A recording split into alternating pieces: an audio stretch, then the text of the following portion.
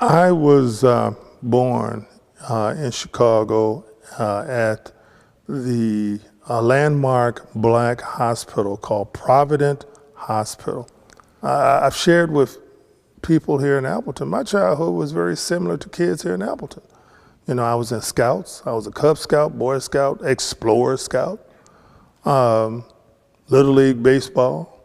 In fact, I was an excellent baseball player and played it in high school, basketball, football, and so I had a tremendous childhood. Our block, the 1400 block, was like a United Nations because we were like the second black family to move onto that block. We had Appalachian whites who lived on our block, Orthodox Jews, and you could smell the wine when the rabbis were making the wine, and they lived across the street.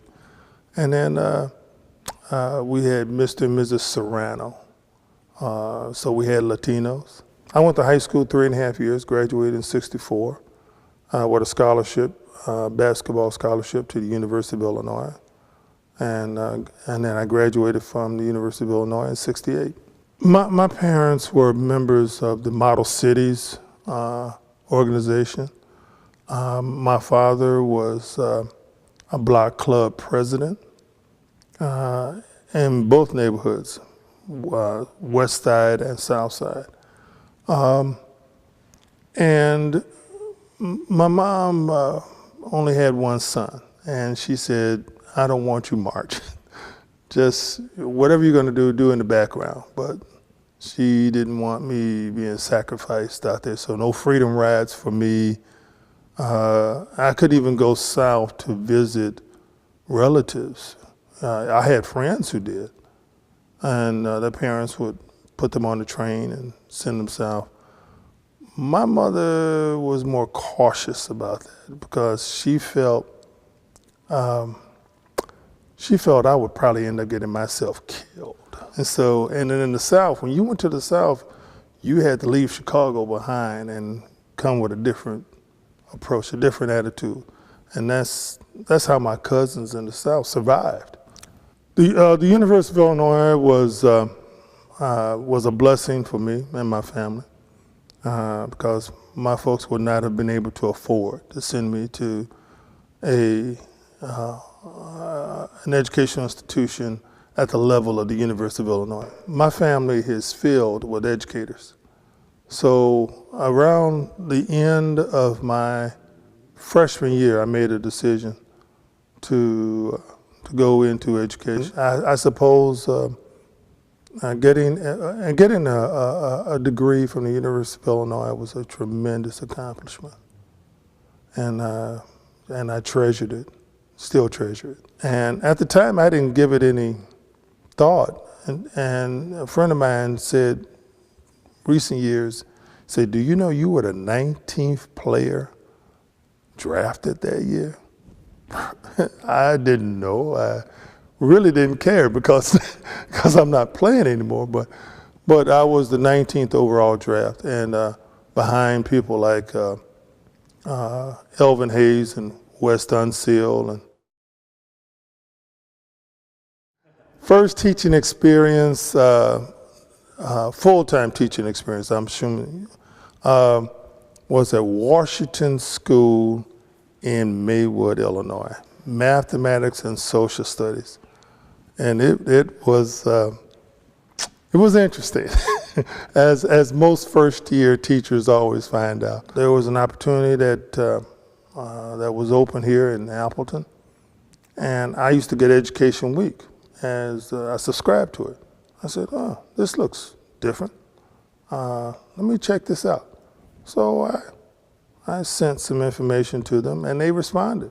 I signed a contract here in March 3rd of 1990, and becoming the first African-American administrator in the history of Appleton, and became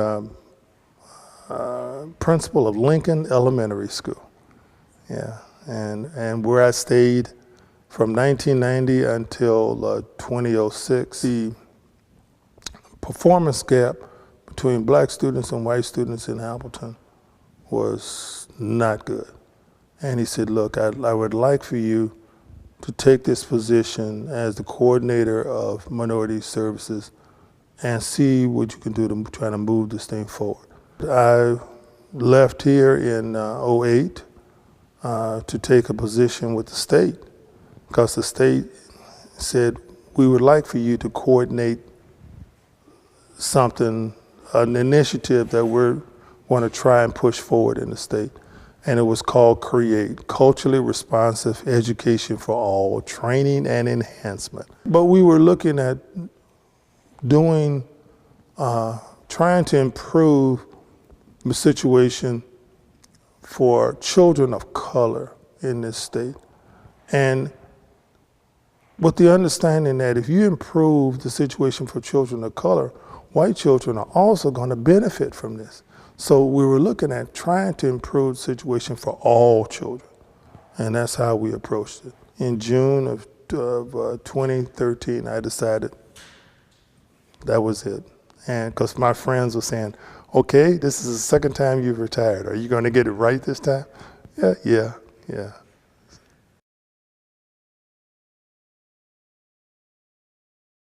So we were about trying to help our students understand that in Appleton, there's a world outside of Appleton.